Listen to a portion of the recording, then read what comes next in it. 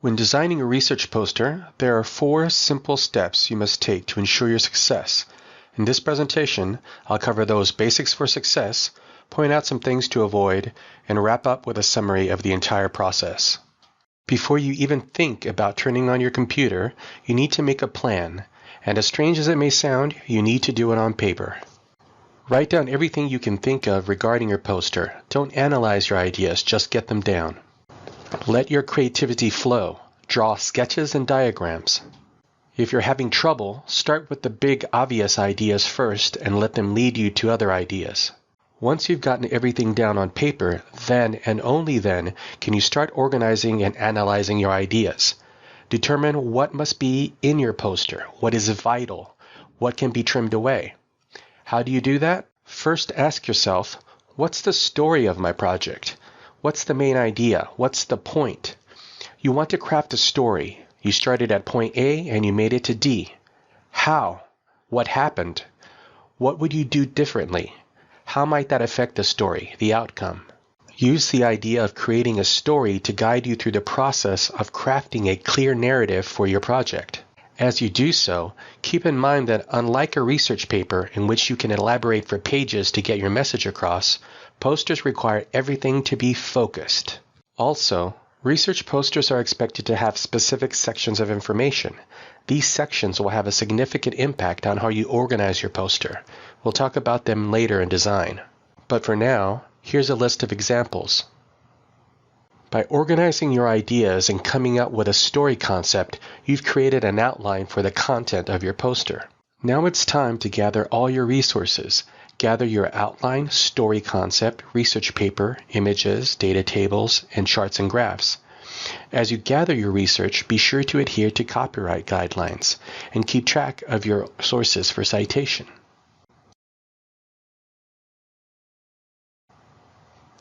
Using your natural creativity to design a poster is great, as long as you adhere to the following design elements. These basic principles will ensure you craft a poster that's clear, clean, and professional. Just as you did in brainstorming, sketch out on paper a rough plan for the layout of your poster.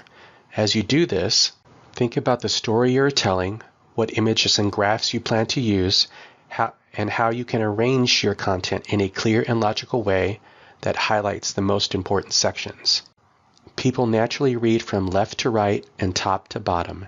Make sure the path of information leads viewers from the top left corner to the bottom right.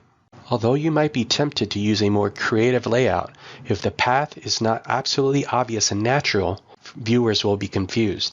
If you feel you need to use arrows to make your path clear, rethink your layout.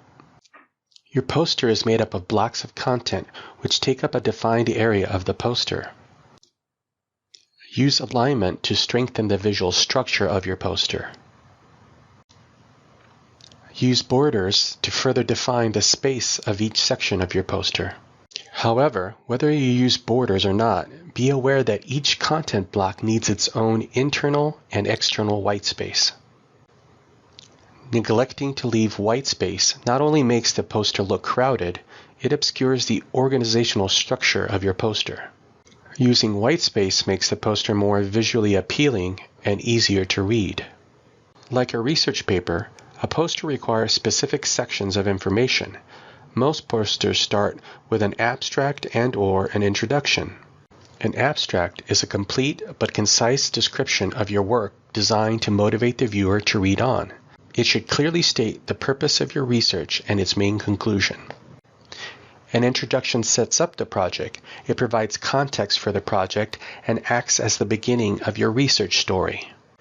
Next, some research posters require a background or literature review section. All posters require a process or methodology section where the process and procedures you used are clearly explained and a rationale is given for their use. And a results section where the data or project is clearly supported by evidence. A summary or conclusion is the last major section of a poster. Here, supported by your results, you will clearly discuss the project objectives and the relevance of your findings.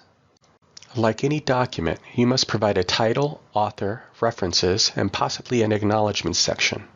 In any visual project, considering scale is vital. How big is your poster? How big should your images be? Are the sections' headings big enough in relation to the text?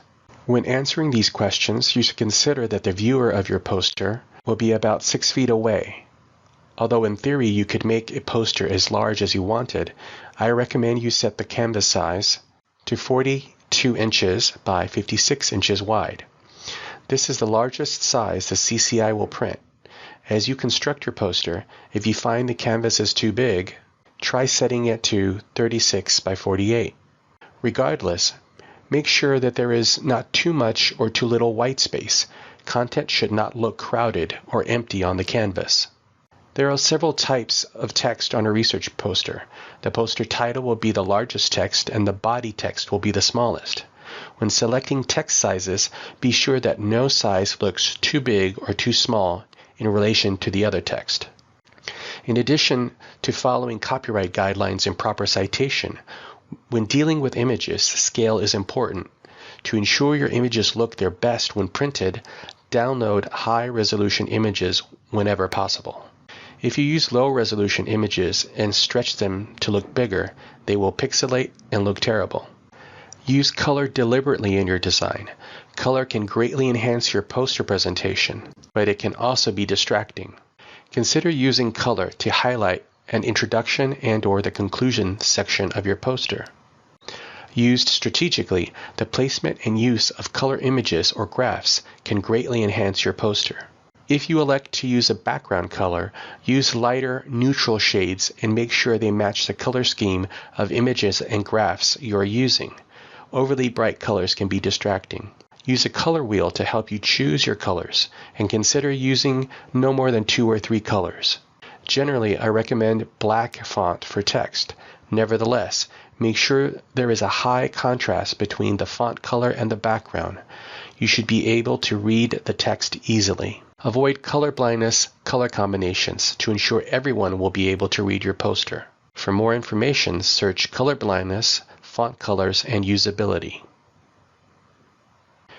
Although there's no doubt that using an image as a background can create dramatic impact and beauty, it normally comes at a significant cost to readability.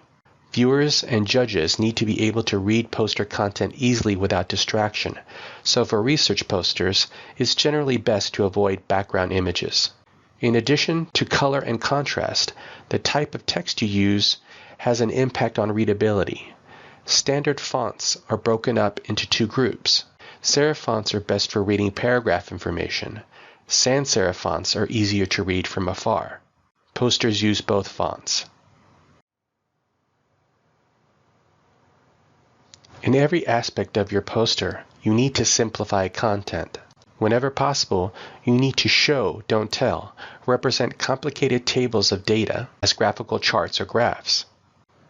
Whenever possible, simplify complicated charts or graphs, distill the information, and only represent the most important data. Images should be relevant and easy to understand, and don't forget to cite them. All text should be focused and succinct. Use bulleted lists, graphs, or even images to reduce unnecessary text. The #1 problem in research posters is too much text. No one has time to read text-heavy posters. Refine your text. Make sure it is focused yet clearly communicates the vital story of your research. Someone should be able to view your entire poster within 2 to 3 minutes. Unless you know everyone viewing your poster is an expert on the topic, avoid using jargon that may be confusing. Although your primary design goals are to deliver a credible, readable, and professional-looking research poster, there is room for creativity. Spend some creative energy on the title. It should be short, catchy, but highly relevant. Flow and alignment are essential to a successful design, but that doesn't mean you can't use layering or special borders to enhance your content. Research section headings are generic. Can you come up with a creative yet professional alternative? Whatever you choose to do, be very deliberate. It's easy to overdo it. When in doubt, always refer to basic design principles. So you've taken your research and turned it into a fantastic poster. Congratulations, but you're not done yet. Whether at a professional conference or research fair, your poster is only half of your presentation. Judges, as well as conference attendees, will expect you to explain your research effectively and efficiently. You need to deliver the pitch. What are you selling? The validity of your research, its relevance, your overall knowledge and mastery of your findings. To deliver your pitch, use your poster as a tool. Guide viewers through the story of your project. The better your poster design, the easier to tell your story. I recommend writing down a script of exactly what you want to say and then practicing it. At the very least, you should write out an outline of the points you want to be sure to make as you deliver your pitch. Why practice? Practice builds confidence, muscle memory, and ensures presentation timing is on target. Practice for a friend to get valuable feedback, and try practicing for multiple short 5-minute sessions. Short sessions are easier to schedule and more efficient than long sessions. Don't forget, even after delivering a fantastic pitch, people are going to ask you questions about your research. You need to show what you know. In addition to preparing yourself by reviewing your research, develop a list of questions people might ask you. Prepare concise answers, and for those you can't answer, explain why you can't. Like your pitch practice, spend time practicing answering questions. The more you do, the more confident and successful you'll be. Before I recap the overall process of designing a poster, let me highlight some important things to avoid. Be concise. No one has time to view text-heavy posters. Use bullets, graphs, and images. Avoid using jargon that may be confusing. Carefully check your grammar and spelling. Spell check's not always right. Cite all works that are not yours, including images and graphs. Visually represent data using graphs and charts. Background images are distracting and make text harder to read. Avoid the feeling of clutter. Use internal and external white space. Don't use low-resolution photos. They will pixelate when enlarged. Make sure viewers can easily see text. Use contrasting font and background colors. Avoid using craft materials like glitter or tubing. This is a professional research poster. Let's wrap up with a quick summary that includes a timeline for the entire process. Write out your ideas on paper. Organize your ideas into a story. Gather your outline, story concept, research paper, images, data tables, and charts and graphs. Sketch out on paper a rough plan for the layout of your poster. For most of you, I recommend using PowerPoint to create your poster. Remember to use your mock-up poster as a starting point for the layout. Before adding content, first set the size of your poster. If you've decided to use a background color, set the color. Insert sections of your poster using text boxes and set the font size. Insert images, charts, and graphs and cite them. Simplify your text. Make sure it is concise and focused. Double-check your grammar, spelling, and all citation. As you construct your poster, make sure to check you are adhering to all design principles. Check for alignment, white space, scale, flow, readability, and simplicity. Make adjustments as necessary. And don't forget about creativity, just don't overdo it. Once you have completed your poster, prepare a pitch. Write a 2 to 3 minute script, try 5-minute practice sessions, and get feedback from friends.